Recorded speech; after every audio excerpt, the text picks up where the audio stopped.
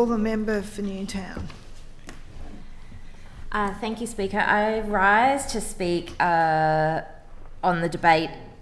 in relation to the Crimes Amendment Obstructing a Railway Bill 2024 and acknowledge the contribution that my Greens colleague, the member for Balmain, has already made in relation to this debate, and make it very clear that the Greens strongly oppose this bill, which is the latest in the New South Wales government's systemic and targeted crackdown on the right to protest in this state.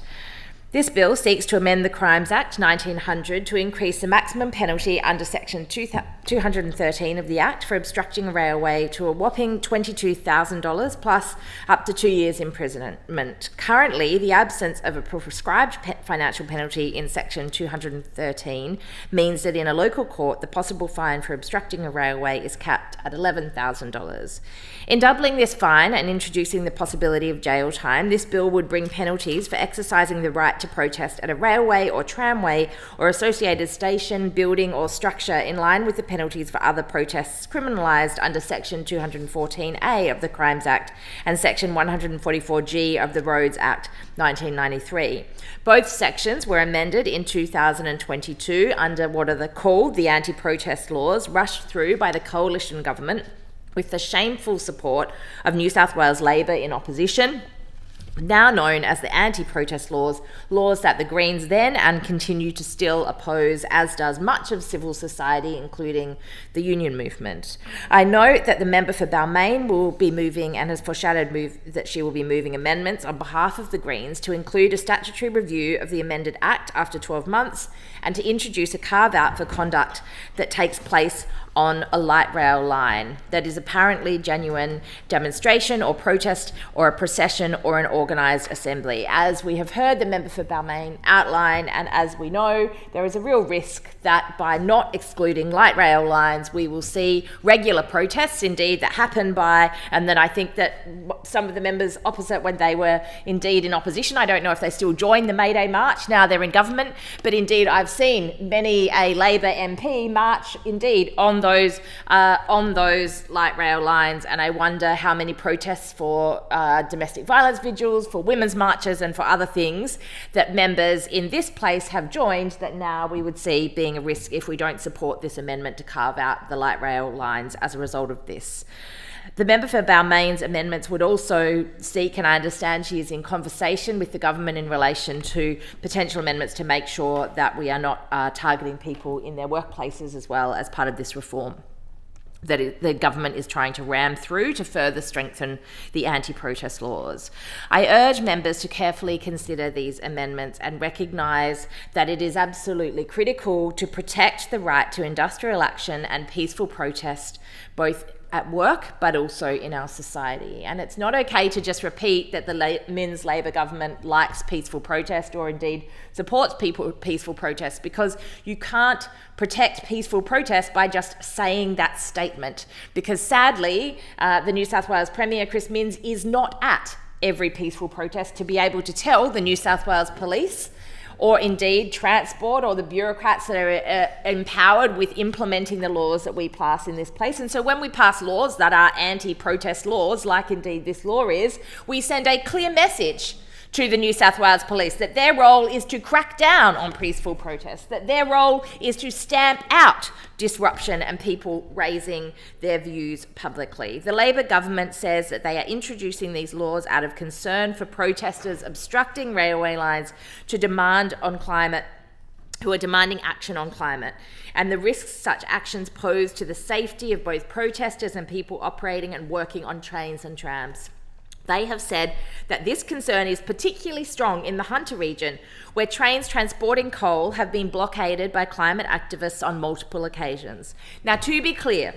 the Greens absolutely agree that all workers deserve to be safe at work and that peaceful protest must have regard to this in exercising the right of democratic protest. But let's take a step back for a moment and ask, why is New South Wales Labor government really bringing these laws on now? when the ink is barely dry on the review of the Roads Act amendment component of the 2022 anti-protest laws, and we are still awaiting the report of the Crimes Act amendment component. It is no coincidence that we are debating these laws in the days leading up to the rising tide People's Blockade in Newcastle, where thousands and thousands of people will converge in peaceful protest upon the world's largest coal port, and good on them. It is no coincidence that the grassroots groups and organisations behind the People's Blockade have been in and out of court for the past week fighting against attempts by those in power to shut them down. And it is no coincidence that the New South Wales government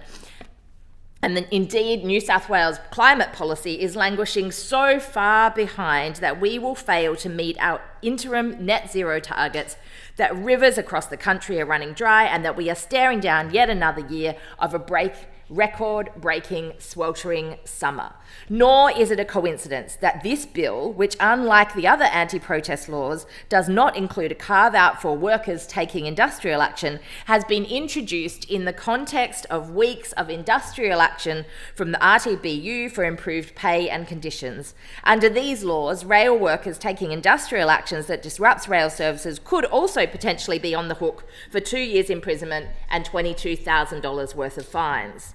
Here, I remind people that protest in its very nature is meant to be disruptive. It is meant to send a clear message, however uncomfortable, that cannot be ignored, and about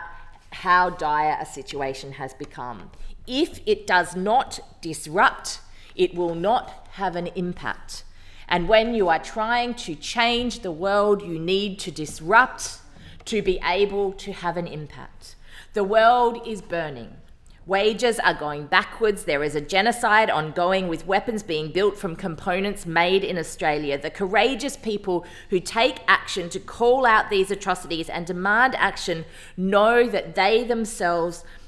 are putting their lives, their comfort, their safety at risk, and yet they do it anyway. We should be applauding and taking inspiration from their courage and their principles and their dedication and their determination to make this world a better place for our communities and future generations. And yet we have the New South Wales Labor government so afraid of being called out on their inaction on everything from climate to the genocide in Gaza by progressive communities and groups who actually supported to put them into government, that they would rather throw the book at them than listen and address their concerns.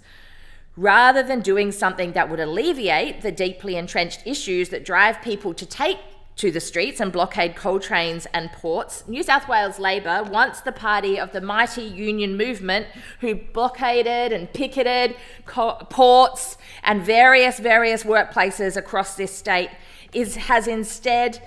become and chosen to don the mask of a tough on crime, law and order government. As Chloe Swarbrick, the New Zealand Greens MP for Auckland Central, said last week in the New Zealand Parliament, wear the mask long enough and it becomes your face.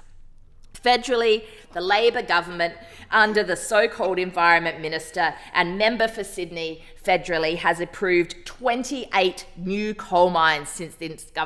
federal government came into place. As the leader of the Australian Greens, Adam Bandt, put it, emissions are higher under Anthony Albanese than last under Scott Morrison, and now Labor has made the climate crisis even worse. You can't put the fire out if you're pouring more petrol on it.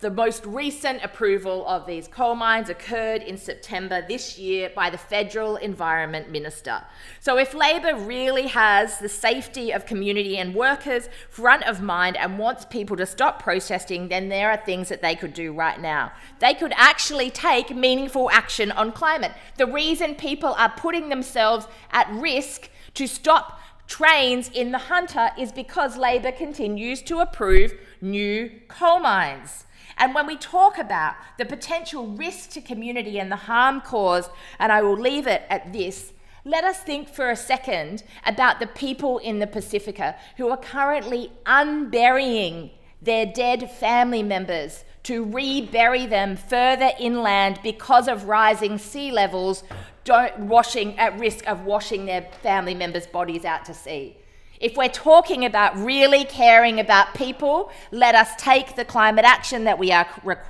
required to take, instead of being in a situation where we are continually trying to shut down the people who are doing the best they can to change the world for future generations. I encourage and send solidarity and strength to all of the arms that will be paddling and kayaking this weekend in Newcastle. The question is this bill